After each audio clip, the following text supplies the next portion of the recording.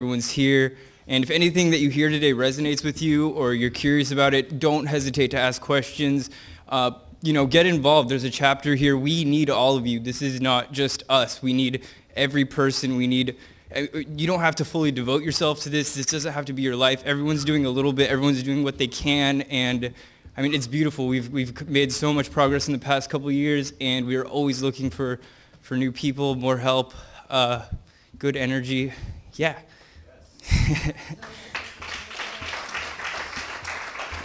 Okay. Well, has anyone here been to the protests at City Hall? Yes. Okay. So you guys know what's going on. I don't really have much else to say. Thank you guys. You guys are beautiful.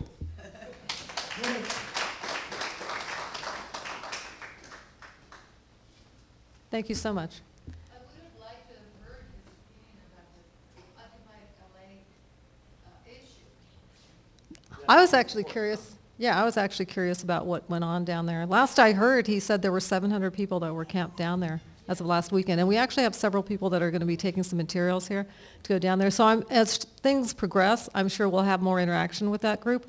Part of it, too, is both Peter and Jason spoke at one of the functions, I think, on a Saturday. And there was a discussion about having one of the town halls actually there at that location. So we'll see how that pans out. But we're in communication, and sometimes everyone's on a learning curve with a lot of this, ourselves included. So, Mr. Lord, are you ready? I just want to see which light I'm going to test. No, not that one. It's our first time here, guys. Bear with me. It's nice. It's cool. You won't be able to see the screen, I'm not sure. So. Bear with us a second. I'm trying to see which one of these works best. And just so you know, we did play with the thermostat. We did try to. I think it has one of those override functions where it's just like, push it all you want. It's not going to do a thing. Pardon? Well, look who just walked in the room.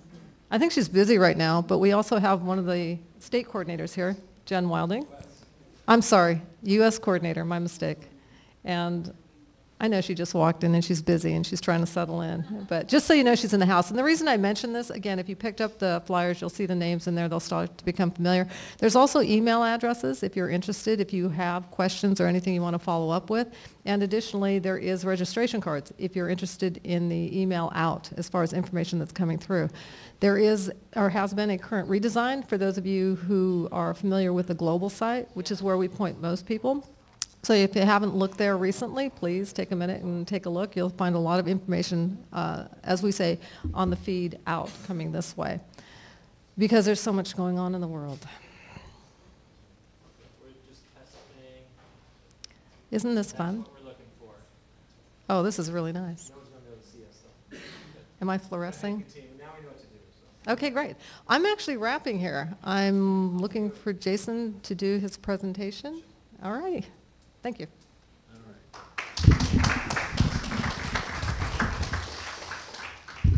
Hi, everyone. My name is Jason Lord.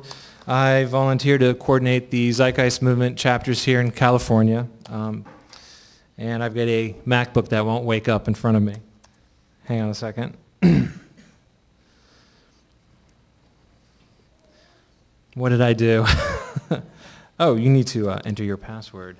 So, all right, while he does that, the town hall meetings have basically been our, thank you, a way for us to open up these ideas to the public and start engaging you guys in questions and answers about, especially if you're identifying issues with the social structure and the outcomes that we're dealing with all the time with the poverty and the warfare and the debt and the unemployment and not enough health insurance and things like that. So tonight, I threw together a few slides, and I just wanted to go over a couple of things about the Zeitgeist movement as far as the direction that we advocate. So I'm going to get this going and up on the screen first, and then I'm going to dim these laser beams that are blinding me so I can actually deliver this to you guys.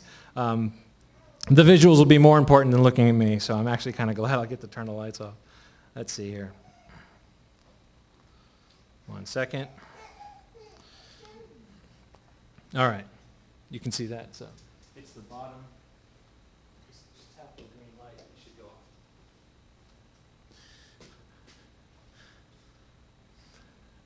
No? Yeah?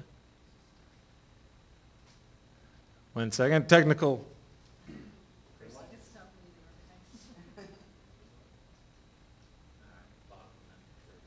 Okay. There. So now we can see. And if there's someone who could just keep an eye on the door if people come in and help them to a seat. I know it's probably a little bit dark back there.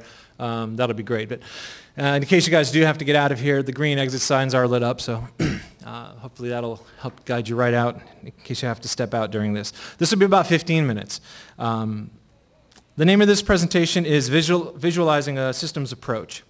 This is a single aspect regarding the direction advocated by the Zeitgeist movement, and of interest to me since it's a key factor in understanding human decision-making and problem-solving beyond the political sphere.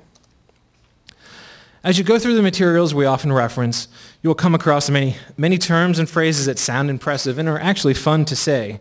Some examples of this would be a resource-based economic model, technological unemployment, dynamic equilibrium, the scientific method for social concern, a systems approach to resource management, along with many others.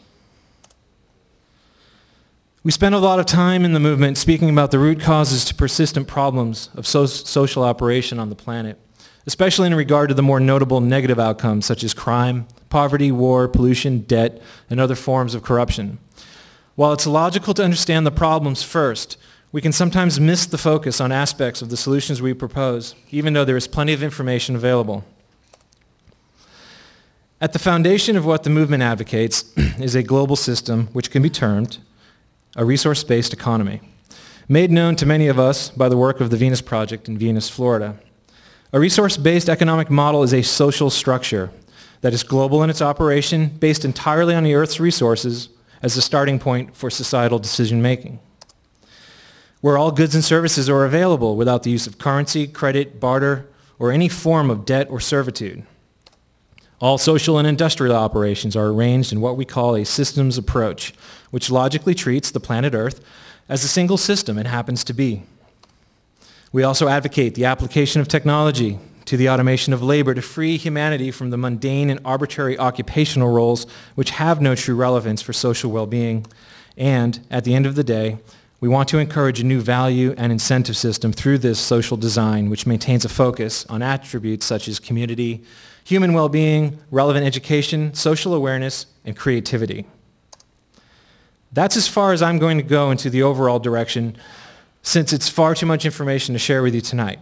Instead, I wish to spend a few minutes visualizing a core attribute of this model to give us a working understanding of one piece of the technical jargon. The attribute of focus in this presentation will be a systems approach. Our relationship to the Earth and the environments we live in is not a political issue or a religious ideal. It is a technical relationship.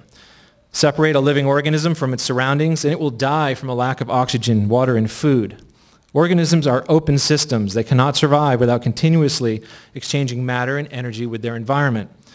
Since we observe systems interacting with each other as part of a whole, it is then logical to start with the unifying system of the biosphere in which we all inhabit. Systems thinking can be defined as an approach to problem solving by viewing problems as part of the overall system rather than reacting to individual problems as isolated or unrelated phenomena from the larger order.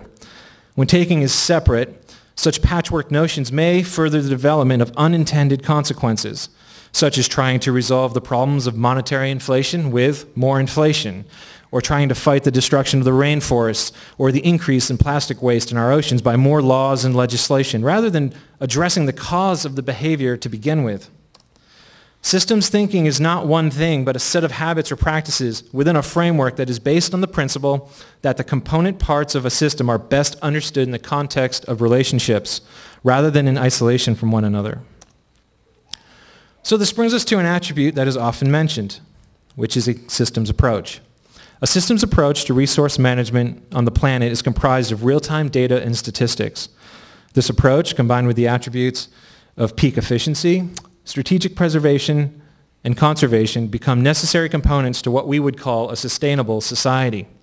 The process of unfolding, which you may call decision-making, is based on natural law and reason, not on political ideologies or religious notions or a group's opinion. When using a systems approach, we are arriving at decisions as opposed to making them. Making a decision is a subjective act, often based on incomplete information or affected by one's cultural bias. Our goal is to remove the basis of one's opinion as best we can by using the most up-to-date knowledge we have to align with natural processes to the best of our abilities at a given time. This is an emergent process because the body of knowledge of human understanding changes over time as new discoveries are made. There is no final frontier.